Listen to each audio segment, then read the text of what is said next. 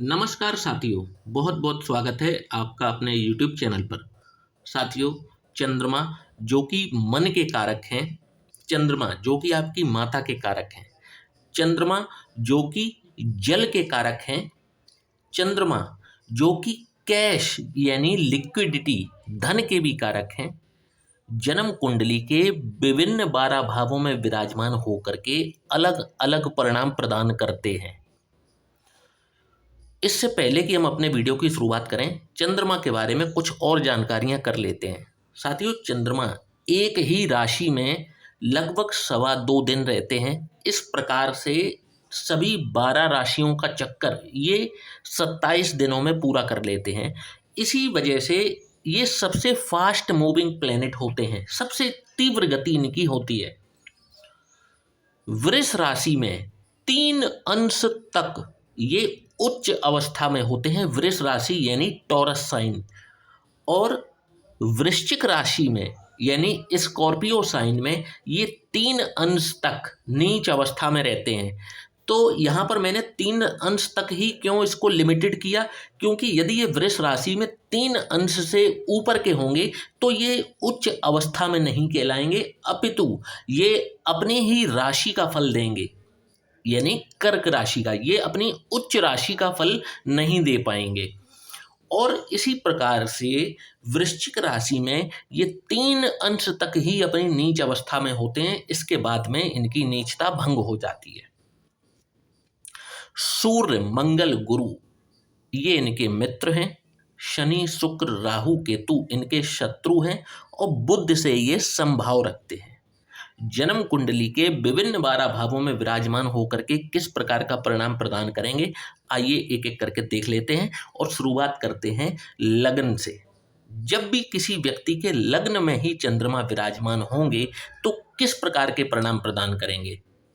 तो सबसे पहले तो जिस जातक के लग्न में चंद्रमा विराजमान होते हैं, ऐसे व्यक्ति को चंद्रमा भावनात्मक रूप से यानी इमोशनल रूप से बहुत ताकतवर बना देते हैं, शक्तिशाली बना देते हैं।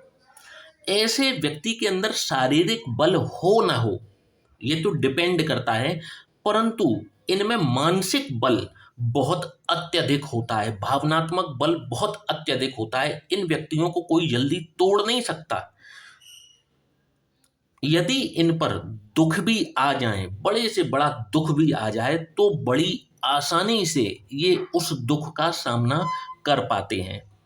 ऐसे व्यक्ति को अपनी माता से बहुत ज़्यादा लगाव होता है। माता से किसी न किसी प्रकार की संपत्ति का लाभ भी इनको जरूर मिलता है।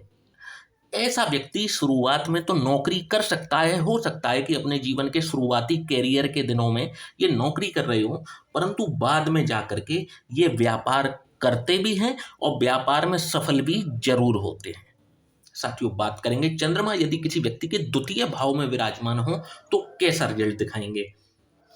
तो ऐसा व्यक्ति की जो वाणी है यानी उसके जो बोलने का तरीका है बहुत ही मृदुभाषी होता है, मधुर बोलने वाला होता है। और इसी मृदु भाषा के कारण, मधुर भाषा के कारण ये अपने कार्य आसानी से किसी से भी करा लेते हैं।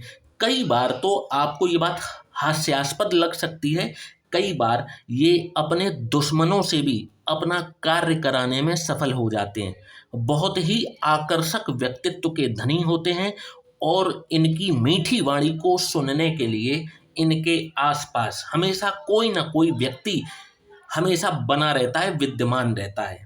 शौकीन गजब के होते हैं। अपने शौक पूरा करने के लिए जब ये खर्च करने पर उतर आए तो फिर ये किसी भी प्रकार की सीमा नहीं देखते।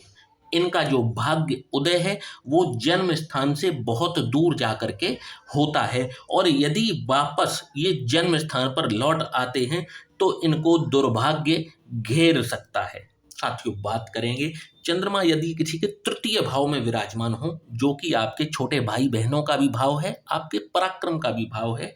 जब भी चंद्रमा यहाँ विराजमान होते हैं तो ऐसे व्यक्ति को, तो साथियों जब भी तृतीय भाव में चंद्रमा विराजमान होते हैं तो ऐसा व्यक्ति हंसमुख होता है, जिससे भी मिलता है मिलनसार तरीके से मिलता है, बड़ा ही अपनत्व लगता है जब भी आप इनसे मिलते हैं, अपनापन सा फील होता है। लगन के बहुत ही पक्के होते हैं, जो भी कार्य अपने हाथ में ले लेते हैं उसको पूरा करके ही छोड़ते हैं।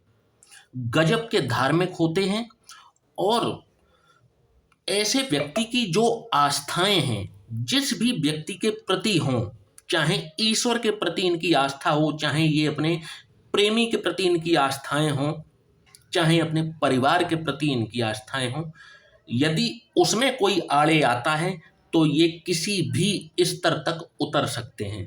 श्वास और कफ से संबंधित कोई ना कोई रोग इनको हमेशा बना रहता है।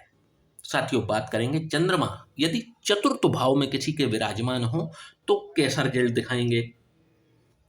तो ऐसा व्यक्ति जिसके चंद्रमा चतुर्थ भाव में हो, अपनी आर्थिक सीमा से अधिक दान करने का कौशल इनके पास होता है। इनकी जो भी क्षमता हो उससे अधिक दान करने की क्षमता इनके अंदर होती है। दान करते समय ये यह नहीं देखते कि इनकी जेब में कितना धन है, और बस ये दान दिए जाते हैं। और यही कारण है कि इनको हमेशा ही सम्मान की प्राप्ति होती है, चाहे परिवार हो चाहे कार्यस्थल हो, इनको सम्मान की प्राप्ति हर जगह ही होती है। चाहे समाज हो, चाहे कहीं पर भी ये जाते हैं, इनको सम्मान मिलता ही मिलता है, इनको सम्मानित किया जाता है। इनमें बहुत ही एक अच्छी क्वालिटी होती है, और वो क्वालिटी होती है अपने शत्रुओं को तुरंत माफ कर देने की। ये अपने शत्रुओं को ही माफ कर देते हैं बहुत जल्दी।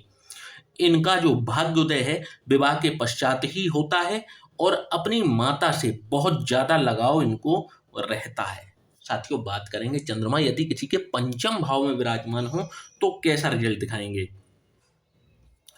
ऐसा व्यक्ति जिसके चंद्रमा पंचम भाव में हो, बड़ा ही चंचल प्रकृति का होता है, शरारती होता है। इनकी जो पहली संतान है वो एक कन्या संतान होती है।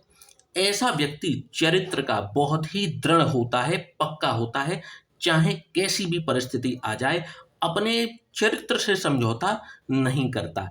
आकस्मिक धन की प्राप्ति इनको जीवन में कई बार होती है। अचानक से इनके जीवन में पैसा आता है, और बार बार आता है, जीवन में कई बार आता है।